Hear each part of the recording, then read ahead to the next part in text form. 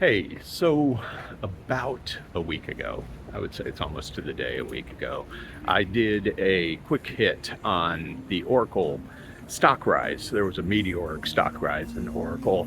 Uh, it was like a 40% bounce in one day that took place. And I just was like, yeah, this didn't make sense to me.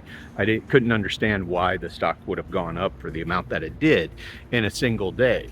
Um, Basically, uh, to synopsize the video, uh, Oracle had their earnings announcement come out and they said, oh, we're going to make $300 billion in the next 5 years. And it's like, okay, so, I mean, and they missed their earnings. They made this broad promise of $300 billion with no details, and the stock went 40% up when the stock opened the next morning. And all the trading was right at the very open of it. And then about 24 hours after that, it came out that they had made a deal with ChatGPT. And I started looking at that, and I'm like, ChatGPT is basically Microsoft. I mean, they literally are Microsoft. It's been financed by Microsoft. They are backed by Microsoft. They're controlled by Microsoft. And it's one of these things that, like, for them to say, oh, okay, we made a deal with ChatGPT didn't make sense because Oracle and Microsoft do not like each other at all.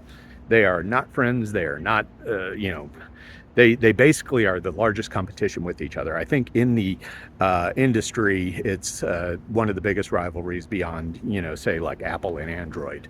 So Microsoft Oracle, that doesn't make sense. For Microsoft to be taking one of its largest, and it's not a subsidiary. ChatGPT is a nonprofit. They aren't owned by Microsoft, but ownership is a legal term, and they aren't owned. But essentially, I have felt that ChatGPT and Microsoft were in lockstep for at least the past year to 18 months. They are. I don't want to get myself in trouble by saying too much, but basically, the idea that ChatGPT would be moving a bunch of its stuff off of Azure, which is Microsoft's cloud servers, over to an Oracle server, it doesn't make sense. It's not real. It just doesn't make sense. And so last week I said in my video, I was like, hey, this Oracle thing doesn't make sense to me. And now this comes out, which, by the way, why did the stock price go up 40% the day before they announced the deal with ChatGPT?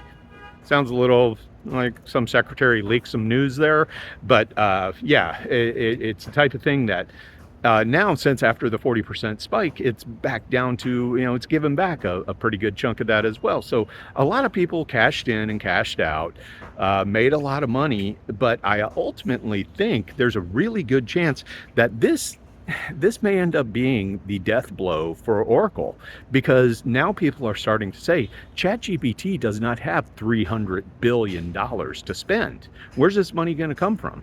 And it feels a lot to me like ChatGPT's, some kid who runs in the bar and goes, drinks on me for everyone. And, everybody cheers and goes, yay, all right. But then the bartender says, okay, where's your money? And, oh, don't worry, I'm good for it. Don't worry, I'll have it soon. Bartender's going to be like, yeah, get the hell out of here. So, it comes down to, I'm still coming back to this being an incongruous idea of why Oracle skyrocketed then fell. It just feels like all of this may have been made up, may have been a way to hurt Oracle more than it is a godsend for Oracle. Just my opinion. But yeah. Take it as you will. Have a good day.